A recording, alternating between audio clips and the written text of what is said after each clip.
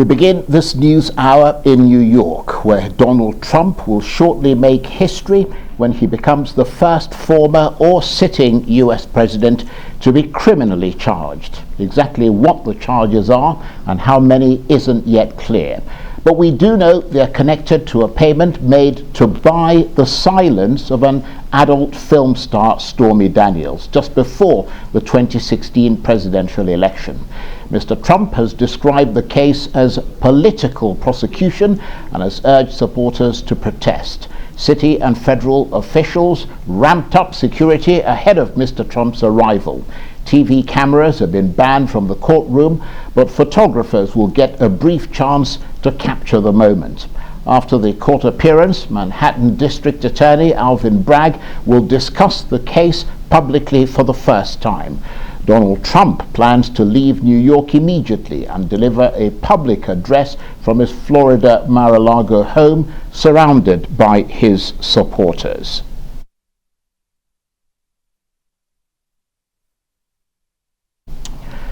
Well, to help us set the scene from New York, let's cross live to Arise US correspondent Eric Ham, who is outside the Lower Manhattan court building where Donald Trump will face criminal charges. Good to see you, Eric. Tell us where you are and what's happening there. Well, Charles, as you said, I'm in Lower Manhattan. In fact, right behind me is the criminal courthouse where Donald Trump is set to arrive in about an hour or so. And of course, he will make history. He will be arraigned on criminal charges, the first former president to be charged in a criminal case, of course. And also, as you can see, we've got a throng of supporters and protesters, demonstrators. So there's a lot going on. It's a very energetic moment right now. Everyone is anticipating the arrival of the former president here for his arraignment, where he, of course, will make history. We know that Donald Trump has railed against these charges against him, saying they are politically motivated. Also, one of his key and ardent supporters, Marjorie Taylor Greene, the congresswoman from Georgia, she was here about 2 hours ago, but she was only here for about 2 to 3 minutes. The crowd got really raucous and you really couldn't hear her, and so she left.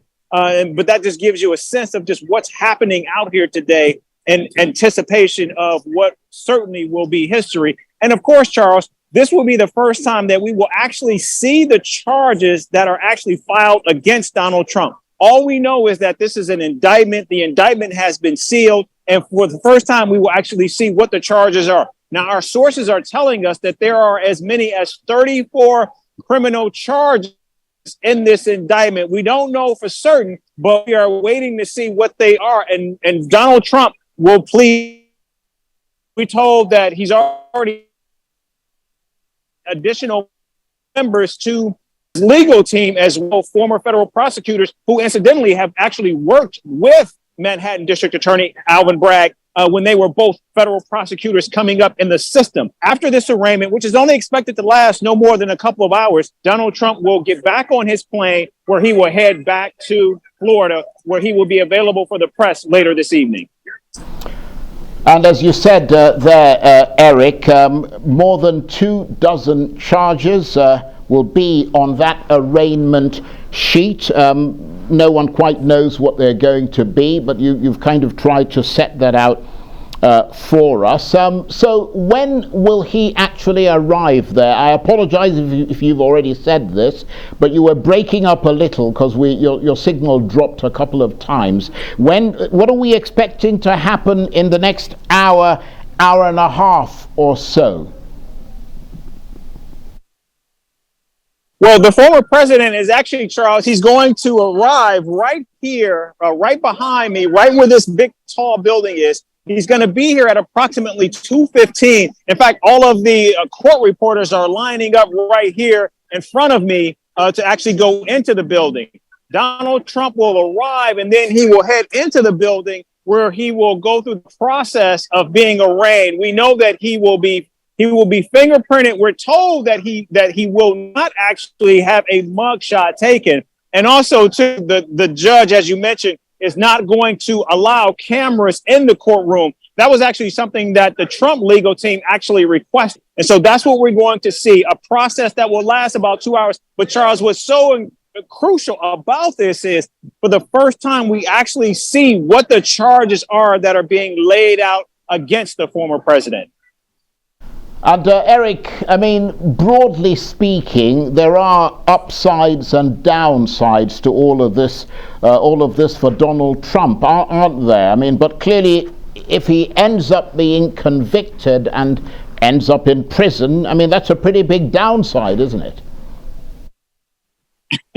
That's a huge downside. But Charles, again, because we don't know what the charges are, it's unclear how serious this is. Of course, we know it's serious. It's a criminal. It's an indictment.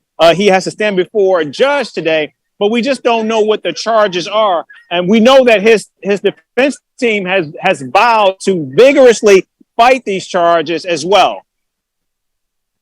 And you mentioned his team there, Eric.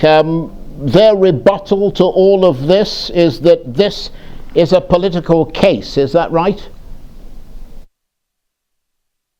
Yeah, in fact, they have said that this is a political hit job.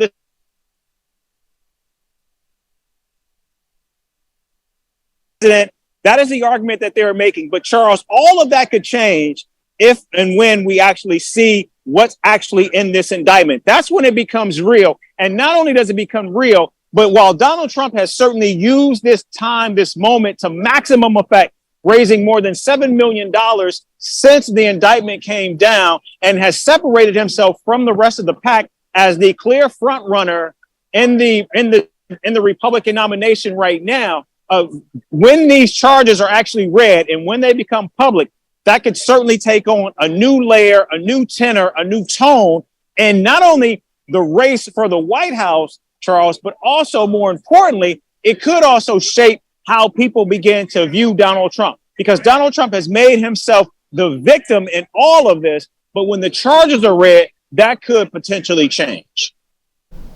And Eric, you mentioned the White House there. We understand that even if he is convicted, he could still try to make a run for the White House, which, I mean, seems incredible. And you could say there are upsides when it comes to firing up his Republican base, but not perhaps when it comes to the wider electorate. That's absolutely right. We know that his base is ardent. In fact, you can see them here. But just as you see so many of his supporters who are here, who are adamant that he is being railroaded, you have equally a number of people who rail against the former president, and they're equal in number and size and sound as well. I mean, there's a lot of sound and fury going on where we are right now, Charles. Eric, for the moment, thank you very much indeed. Eric Ham is a RISE US correspondent. He was joining me there live from Manhattan.